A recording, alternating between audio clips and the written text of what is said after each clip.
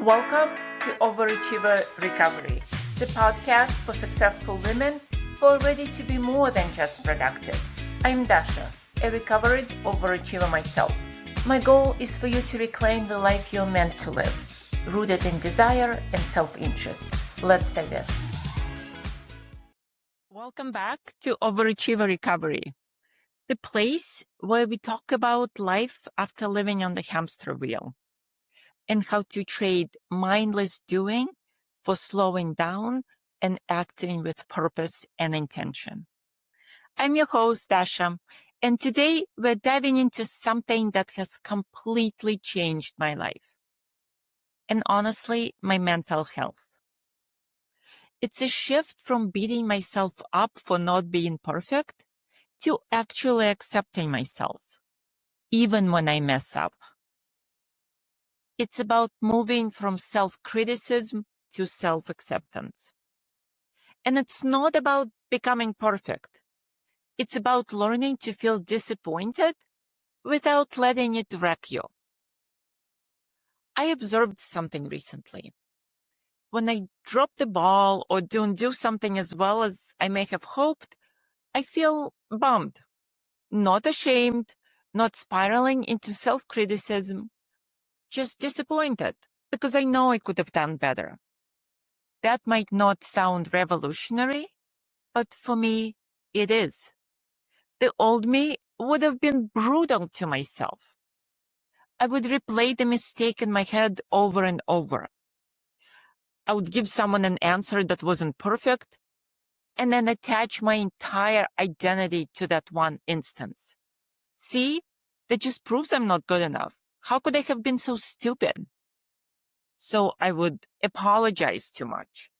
I would try to overcompensate to make sure they didn't completely reject me.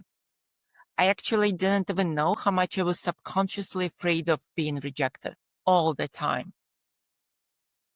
I would throw myself into a frenzy of productivity just to make the discomfort, the embarrassment go away. I remember how much I cringed when I was working for a big law firm and would have a typo in an email or give less than a stellar answer in a meeting. Every small imperfection seemed like the greatest failure. I now feel a little ridiculous talking about the intensity of my embarrassment at the time. I actually still remember this one moment when I was in a group training with a senior partner. I spoke up and was completely off on my assessment. I was mortified at the time. Now it's just a memory without any emotions attached, but for a few years, I was beating myself up for it as if it had just happened yesterday. And the more I did that, the more I taught myself that my worth and the right to be accepted were tied to my performance.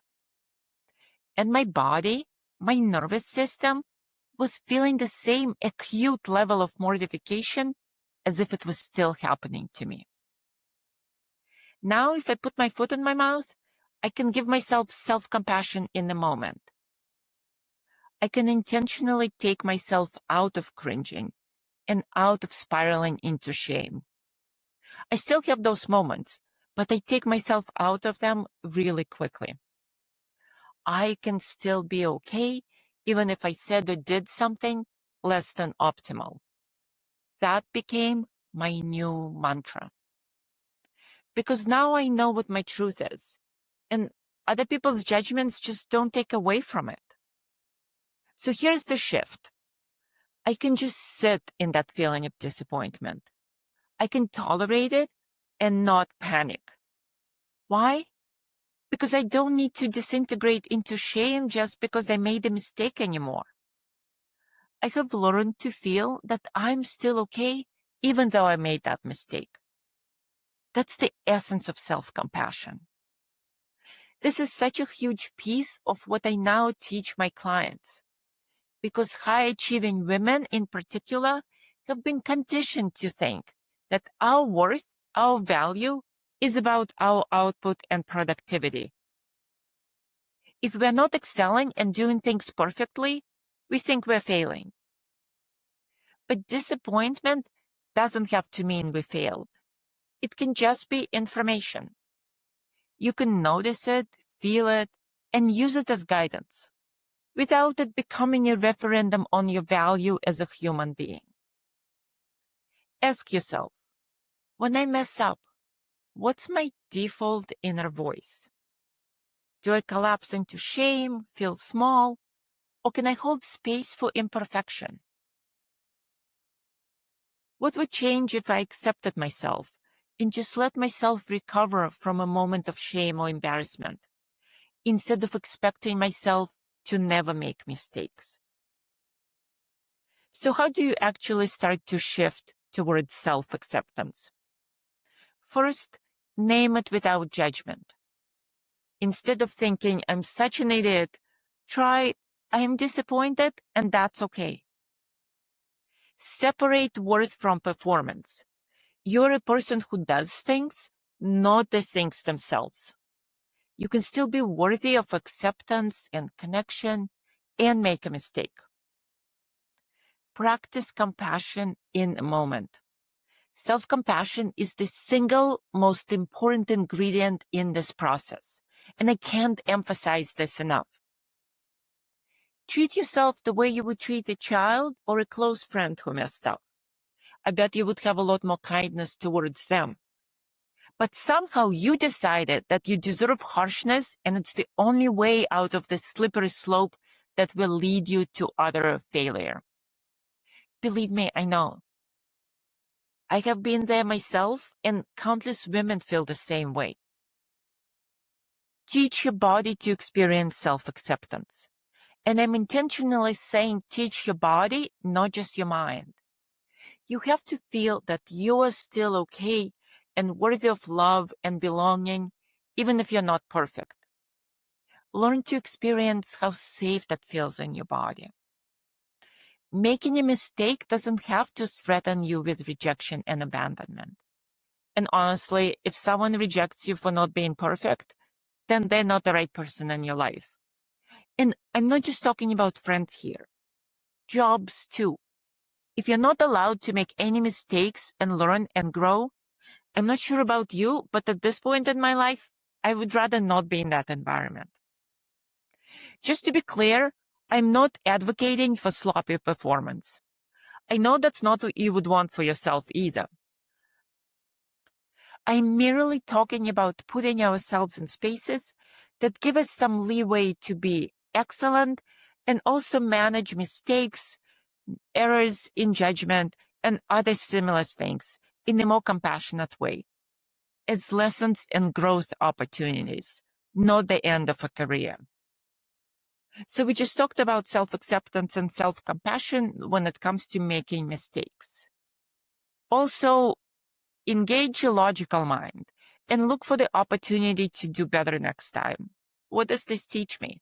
How can I improve next time without overcorrecting, without going overboard? So for me, self-love isn't bubble baths and affirmations or doing things well. It's actually a solid feeling within me. It's unconditional, even when I mess up. And it's the foundation for creating a life that actually feels good, not just looks good on paper. So if you take anything from today's episode, let it be this. You can accept yourself even when you make a mistake. I actually hesitate to call anything a mistake or a failure because we never fail. We just learn to move forward. You are allowed to be imperfect and still be worthy of love, respect, and happiness. And if this resonated with you, I would love to hear about it. Please add a comment and share your own story. Tell me where you gave yourself grace instead of grief. And if you're ready to build that same unshakable self-acceptance in your own life, you can find me at coachingbydasha.com. Until next time, remember, you're more than your to-do list, and you deserve a life that you don't need to recover from. If this episode spoke to you, it isn't a coincidence you're here. If you're ready to start living life on your terms, I would love to help you get there. Find me at coachingbydasha.com or connect with me on LinkedIn. Until next time, choose yourself.